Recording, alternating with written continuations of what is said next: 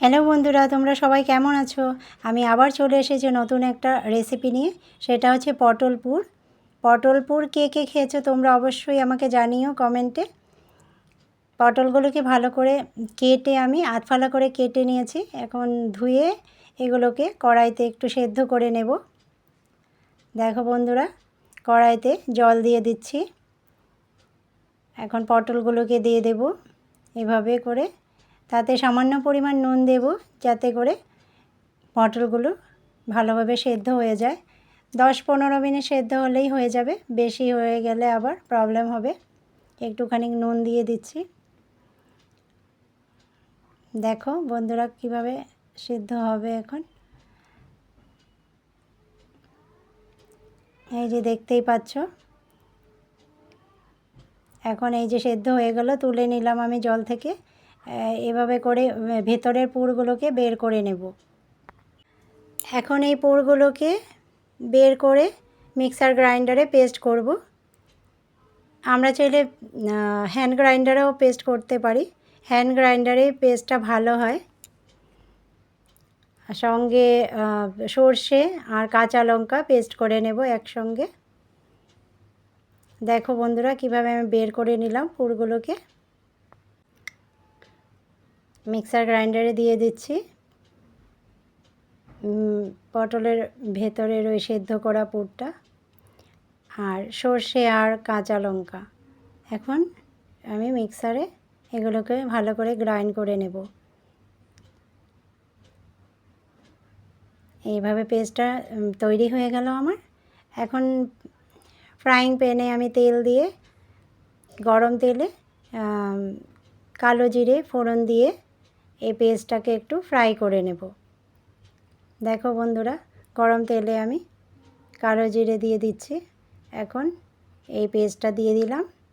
সঙ্গে দিয়ে দেব একটু পরিমাণ নুন, একটু পরিমাণ চিনি আর দেব একটু হলুদ গুঁড়ো। খুব সুন্দর করে এগুলোকে এখন আমি ফ্রাই করে নেব। দেখো বন্ধুরা, এভাবে করে ফ্রাই করে নিচ্ছি। এভাবে নাড়াচাড়া দিয়ে সুন্দর করে ব্রাউন ব্রাউন হয়ে গেলে তৈরি হয়ে গেল আমাদের পুরটা।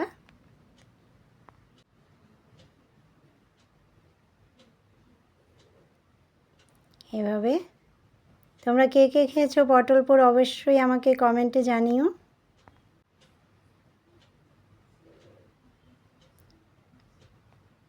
এখন এই পুরগুলোকে আমি পটলের ওই ভেতরে পুরে দিচ্ছি। এই দেখো এভাবে করে চামচের হেল্পে আমি পটলগুলোতে একটু একটু পরিমাণ পুর দিয়ে ভরে নিলাম। দেখো কি সুন্দর লাগছে। এখন এগুলোকে আমি তেলে ফ্রাই করে নেব। ফ্রাই করার জন্য আমাদের এখন দরকার হবে একটা ব্যাটারের। সেটা বেসন আর চালের গুঁড়ি দিয়ে আমি তৈরি করেছি। সঙ্গে একটু হলুদ গুঁড়ো আর একটু নুন দিয়ে দিচ্ছি আর কালো জিরা দিয়েছি। এভাবে একটু জল দিয়ে একটা ব্যাটার তৈরি করে নিলাম। কড়াইতে তেল দিয়ে এখন ফ্রাই করে নেব। এই ব্যাটারটার মধ্যে পটলগুলোকে ডুবিয়ে। দেখো বন্ধুরা, এভাবে করে এখন একে একে কড়াইতে আমি দিয়ে দিচ্ছি।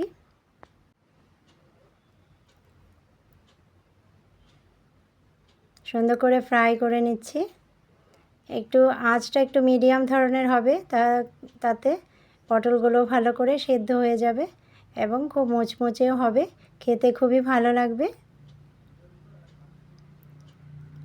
দেখো বন্ধুরা, এভাবে উল্টে পাল্টে দেব একটু পর পর, যাতে করে সুন্দর করে আমার পটলগুলো সব ফ্রাই হয়ে যায়।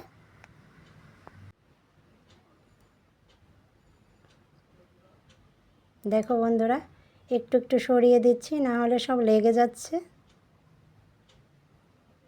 এখন পর্যন্ত আমার ভিডিওটা ভালো লাগলে তোমরা সকলে আমার চ্যানেলটাকে সাবস্ক্রাইব করবে। ভিডিও ভালো লাগলে লাইক করে দেবে, শেয়ার করবে আর কমেন্ট অবশ্যই করবে।